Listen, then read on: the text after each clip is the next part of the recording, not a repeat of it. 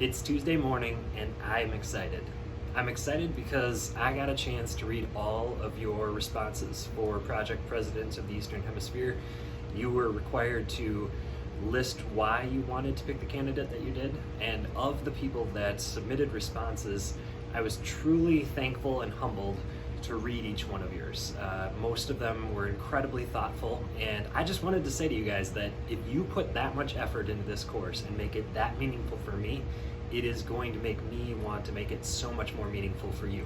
Hence, I decided to up my game a little bit as far as my outfit today, and I hope that the content matches as well.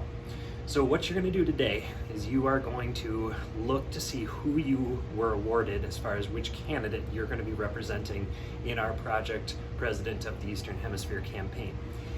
That is going to be found on Canvas, and there are directions on how to find that on our webpage, and so you can take a look at that. Once you know who you are going to be representing, it's going to be a very long process for you to gather information. You're going to want to know things about what is good about the country that they are from, about what they're doing in their country, how long they've been in power, what they've been in charge of, things like GDP, things like unemployment rates, things like the average income and life expectancy, healthcare. You're going to look at every aspect of the country and economics, political, even some of the historical pieces to it, so you can figure out what is good. A lot of you are going to find out things like you have crazy high unemployment rates, or really high crime rates, or poor environmental records. And so as a good campaign manager, you're not going to want to use the things that are not helpful while you're running this campaign.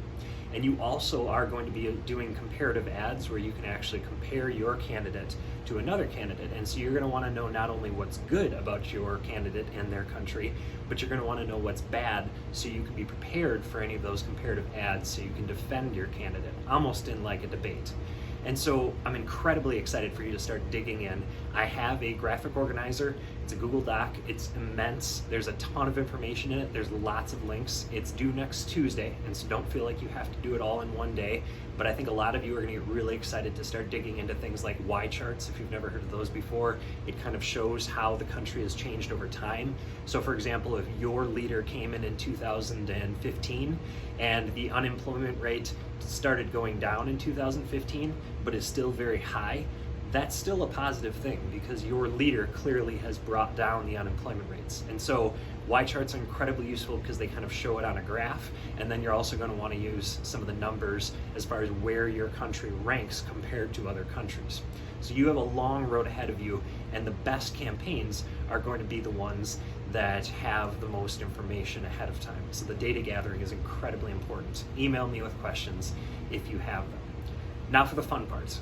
In the past, I have selected using friends who have worked at the Capitol, for the governor's office, and then also for John Urbanbach's campaign, so professional campaign managers.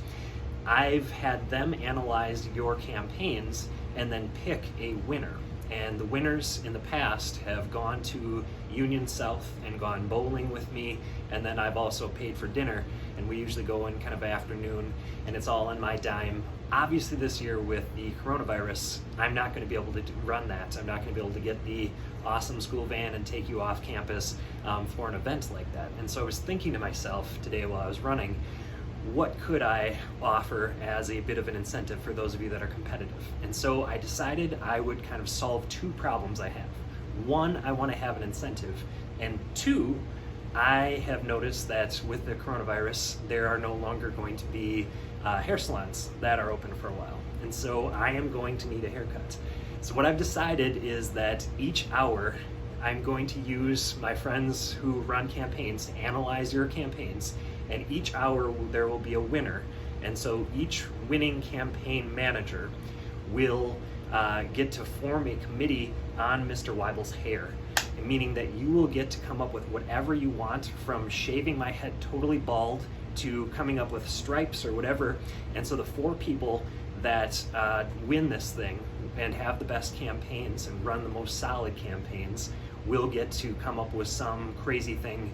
And my wife has wonderfully agreed we will film it and put it on YouTube of her shaving or cutting my hair in any way that you choose. I thought it'd be kind of a little fun incentive, and it also solves my problem of needing a haircut. And so that's kind of what's out there for you as an incentive, and for everybody else that is just doing this for gathering information purposes.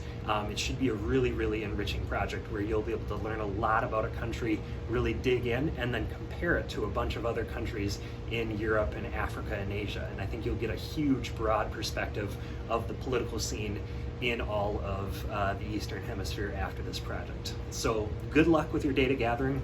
Email me with questions. Don't be afraid to ask, and I will get back to you tomorrow with our current global issue. So thank you. Have a great day.